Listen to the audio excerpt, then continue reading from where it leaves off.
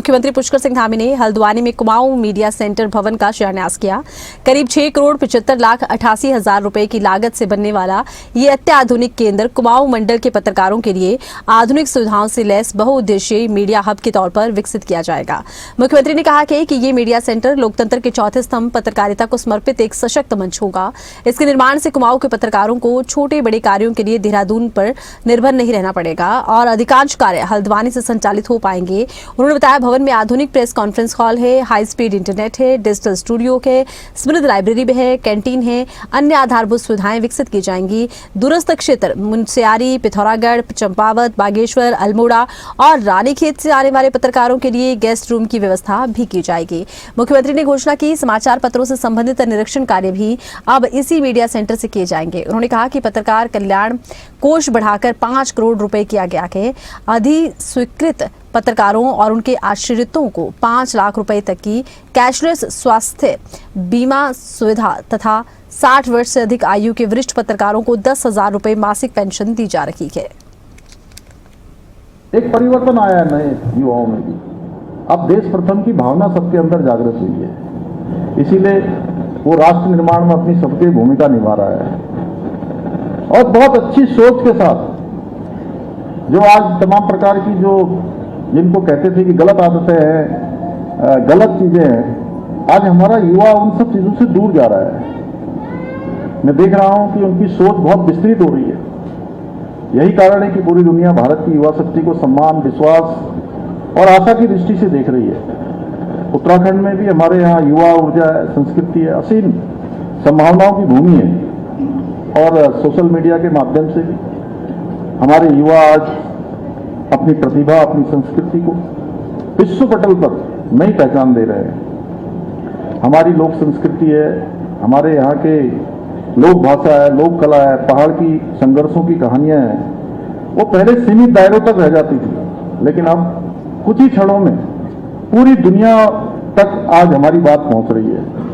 आज हमारे यहाँ के मंदिरों की घंटियां हो, लोक गीतों की मधुरता हो, मातृशक्ति का परिश्रम हो, सीमांत गांवों की प्रेरणादायी जीवन शैली हो। आज आप सभी लोग जो इस सभागार में उपस्थित हैं वो सच में बहुत स्पेशल है। अब आप सोच रहे होंगे कि सोशल मीडिया में तो बहुत लोग काम करते हैं, वो क्यों नहीं स्पेशल है? आप लोग स्पेशल इसलिए हैं कि उन हजारों हजार लोगों में से आप कुछ सैकड़ों लोग आज यहाँ पर हैं, जिनके साथ हम लोगों को संवाद करने का आज जो है सौभाग्य प्राप्त हुआ है। तो इसलिए आप लोग स्पेशल हैं, क्योंकि आप सब सोशल मीडिया वॉरियर्स हमारे राज्य की जो विशेषताएं हैं, जो हमारी लोक संस्कृति है, लोक परंपराएं हैं, यहाँ की संस्कृति है, उसको वैश्विक मंचों पर पहुंचाने का कार्य कर रहे हैं। और आदरणीय प्रधानमंत्री जी की प्रेरणा से डिजिटल उत्तराखंड के निर्माण के लिए भी हम तेजी से काम कर रहे हैं। हमारा प्रयास है टेक्नोलॉजी को बढ़ाना, बल्कि तकनीकी के माध्यम से जनता और शासन के बीच की जो दूरी है उसको कम करना।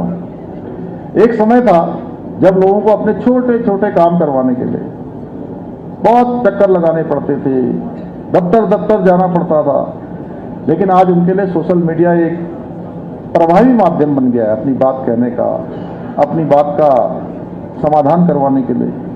एक ट्वीट, एक पोस्ट, एक संदेश आज सबको सक्रिय कर देता है। कहीं पोस्ट होती है, सब जगह जो है पहुंच जाता है। कई बार सोशल मीडिया पर आई एक छोटी सी सूचना किसी भी जरूरतमंद के लिए भी जीवन में बड़ी राहत बन जाती है, यानी कि लाइफ जीवन देने का काम कर देती है। यही कारण है कि आज सोशल मीडिया केवल मनोरंजन का माध्यम नहीं है, बल्कि जनता और सरकार के बीच में विश्वास, संवाद और सहनशीलता का एक सेतु बन गया है। और मैं स्वयं प्रतिदिन विभिन्न सोशल मीडिया के जो प्लेटफॉर्म्स हैं उन पर आने वाले सुझाव हैं, शिकायतें हैं और जन समस्या है, उनकी नियमित रूप से मैं निगरानी करता हूँ। लेकिन साथियों, हर शक्ति जब एक बड़ी जिम्मेदारी लेकर आती है तो सोशल मीडिया भी इसका अपवाद नहीं है। आज एक और जहां सोशल मीडिया समाज को जोड़ने का काम कर रहा है, उनको जागरूक बनाने का काम कर रहा है, सकारात्मक परिवर्तन लाने का माध्यम बना है, वहीं दूसरी ओर लोग इसे भय, भ्रम, विभाजन ऐसे हथियार के रूप में भी इस्तेमाल कर रहे हैं। कुछ चीज़ अच्छी आती है तो उसके साथ साथ कुछ चीज़ ऐसी भी आती है। मौसम चाहे कोई भी हो, लेकिन कुछ लोग हमेशा नेगेटिविटी फैलाने का काम करते हैं और उसी में वो सके रहते हैं। उनका एकमात्र उद्देश्य होता है किसी तरह लोगों का नैरेटिव बनाओ, लोगों के बीच में गलत बातें डालो, संदेह डालो, अफवाह डालो, भ्रम डालो। और कुछ वैसी ही मानसिकता आज हम लोग सोशल मीडिया में देखते हैं। फेक आईडी बनाते हैं लोग, आधा सच दिखाओ, झूठ को बार बार दोहराओ, फिर उसी को ट्रेंड बनाकर समाज में भ्रम फैला रहो। ये लोग केवल कभी धर्म के नाम पर फैला देंगे, कभी क्षेत्रवाद के नाम पर समाज को बांटने का प्रयास करते हैं, कभी युवाओं के मन में देश और व्यवस्था के प्रति अविश्वास पैदा करने की कोशिश करते हैं। जबकि अगर मैं वास्तविकता की बात करूं तो वास्तविकता यह है कि आज भारत दुनिया की सबसे तेजी से आगे बढ़ने वाली आर्थिक शक्तियों में शामिल है। तभी तो हम दुनिया की आज चौथे नंबर पर, और चौथे नंबर से कुछ ही सालों में हम तीसरे नंबर की आर्थिक महाशक्ति बनने वाले हैं। आज भारत की डिजिटल प्रगति, स्टार्टअप, इंफ्रास्ट्रक्चर, इनोवेशन, सामाजिक विकास, इन सभी क्षेत्रों में आज भारत एक नए कीर्तिमान स्थापित कर रहा है। लेकिन कुछ लोगों को भारत की जो विश्व गुरु के रूप में उभरती हुई छवि है वो स्वीकार नहीं कर पा रहे हैं, क्योंकि उन्होंने लंबे समय तक देश के अंदर शासन किया है। अपने समय में वो काम नहीं कर पाए। ये प्रश्न बार बार उठता है कि देश के अंदर आज इतना विकास हो रहा है, इतने ऑल वेदर रोडें बन रही हैं, इतने 4 लेन बन रहे हैं, 6 लेन 8 लेन हाईवे बन रहे हैं, इतने सारे एयरपोर्ट बन रहे हैं, इतने सारे एम्स बन रहे हैं, इतनी बड़ी बड़ी सीमांत क्षेत्रों के वाइब्रेंट विलेज में इतने सारे विकास के काम हो रहे हैं, पहले गांव के रूप में उनको मान्यता मिल रही है। तो ये प्रश्न केवल मेरे मन में नहीं आ रहा है, ये प्रश्न मुझे लगता है हमारा सामूहिक प्रश्न है। सबके मन में आना चाहिए कि ये काम तो पहले भी हो सकते थे, आखिर क्यों नहीं हुए?